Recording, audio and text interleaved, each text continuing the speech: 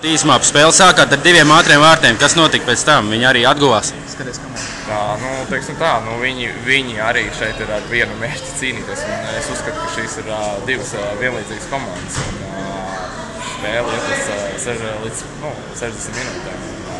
Mēs zinājām, ka viņi darīs visu līdz spēles galam. Šeit beigās parādījām to raksturu, kad spējām atrast šo iespēju un spēles galam 3-2 nostādām.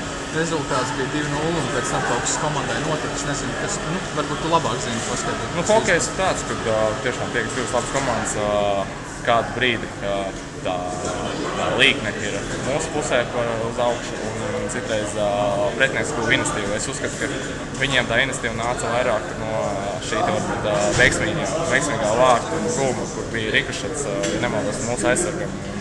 Tas tā kā pretinieku komandai deva nedaudz tādu papildu grūdienu un vairāk mums viņam arī ļoti veiksmīgs. Principā šī spēle izšķīra, iespējams ceļzīmes Sočiem. Cik daudz savā karjerā tādu maču bijuši, ka svarīga spēle, un viena dripa var pagriezties uz vienu uz otru pusi?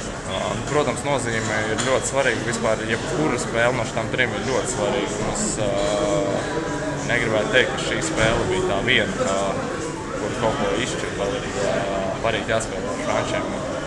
Jānokoncentrējās visu 60 minūtes uz uzvaru. Par šādām spēlēm, ar to tas hokejs ir interesants, kad vairāk ir šādas spēles. Trešā periodā izskaties, vienkārši lidojāt. Ja Kīmos un vēl par pašu šeit negribēja atklāt, kas Jākvē īsti kaut ko teica, varbūt to arī. Mēs esam šeit visi sabraukuši, lai spēlētu par Latviju. Tas ir tas noslēgums. Veiksmi svētdien! Paldies!